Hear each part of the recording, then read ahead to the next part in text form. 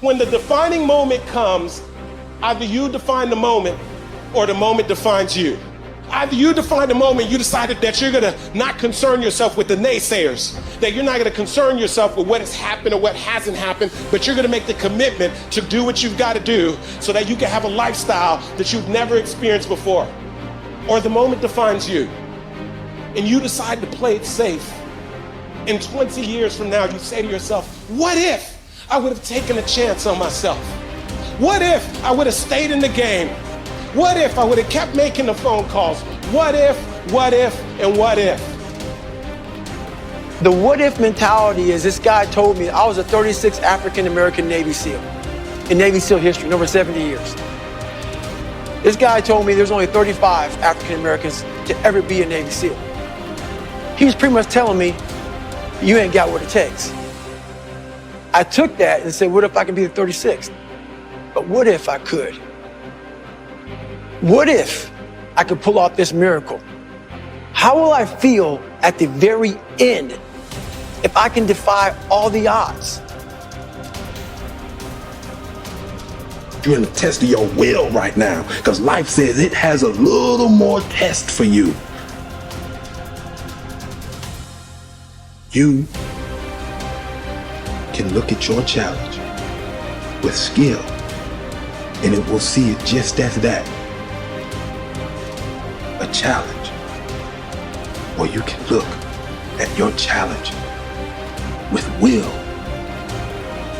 Those exceptional people who are uncomfortable with the times and rise to the challenge because they refuse to allow the chaos around them to determine the conqueror within them. I've never met anybody who was terribly creative or gifted or strong in leadership who was also comfortable. You must be willing to extend yourself to the limit with no guarantee of success. Every day, you must ask yourself, did I do enough? Prove to yourself today, every day, that you can and will push harder than you wanted to, harder than you felt like pushing, past the point of fatigue and far beyond the point of comfort, to that outer edge, to the limits. And on those points, there will be no compromise. Not now, not ever.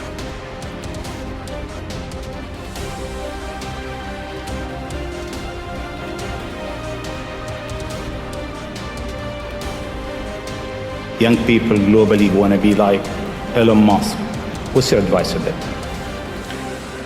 I think that probably they shouldn't want to be. You? I think it sounds better than it is. Okay.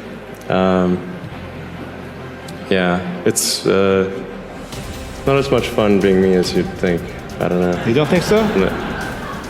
There's definitely, it could be worse for sure, but it's, I'm not sure I'm not sure I want to be me. Okay. But if, you know, I think advice, I mean, if you want to make progress in things, I think that the best analytical framework for understanding the future is physics. I'd recommend studying the thinking process around physics, like not the equations. I mean, the equations certainly they're helpful, but the way of thinking in physics is it's the best framework for understanding things that are counterintuitive. And you know, always taking the position that you are to some degree wrong, and your goal is to be less wrong over time. I think one of the biggest mistakes people generally make, and I'm guilty of it too, is wishful thinking. You know, like you want something to be true, even if it isn't true. And so you ignore the things that, you ignore the real truth because of what you want to be true. This is a very difficult trap to avoid. And like I said, certainly one that I find myself in having problems with. But if you just take that approach of you're always to some degree wrong and your goal is to be less wrong, and solicit critical feedback, particularly from friends. Like friends, particularly friends, if somebody loves you, they want the best for you. They don't want to tell you the bad things.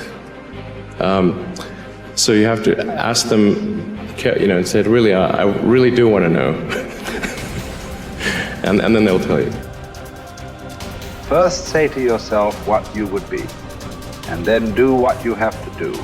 Assemble your life, action by action, and be satisfied if each one achieves its goal. No one can keep that from happening. Action by action. If your soul be habitually in practice, you will plead and teach, listen and learn, investigate and meditate. What more is necessary?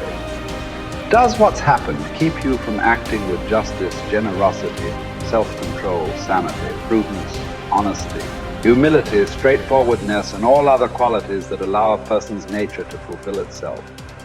So remember this principle when something threatens to cause you pain. The thing itself was no misfortune at all. To endure it and prevail is great good fortune. I think failure is bad. I don't think it's good. But if something's important enough, then you do it even though the risk of failure is high. And so I think my advice if somebody wants to start a company is they should bear in mind that the most likely outcome is that it's not going to work.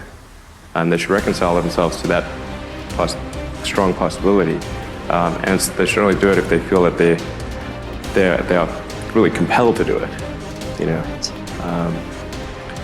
Because it's going to, the way starting a company works is like usually in the very beginning it's kind of fun, and then it's really hellish for a number of years. You talked about chewing glass. Yeah, there's a friend of mine who's a successful entrepreneur, and started actually his career around the same time as I did, and he has a good phrase. His name's Bilyeu. He said, "Yeah, starting a company is like eating glass and staring into the abyss," and you agree with that? Generally true. Yeah. And if you don't eat the glass, you're not going to be successful. The impediment to action advances action. What stands in the way becomes the way. Believe it or not, obstacles can actually be the thing that propels you forward in your career, your relationships, and your life. Rather than getting shut down by all the stuff that pops up to block your path, learn to understand impediments as essential tools for achieving your goals. While this might seem contradictory, you've likely experienced this phenomenon in your own life. If you've ever overcome an obstacle to reach a goal, you know that the struggle in climbing over that wall taught you priceless lessons that helped you become the person you are now and further refine what it is that you want to achieve in life.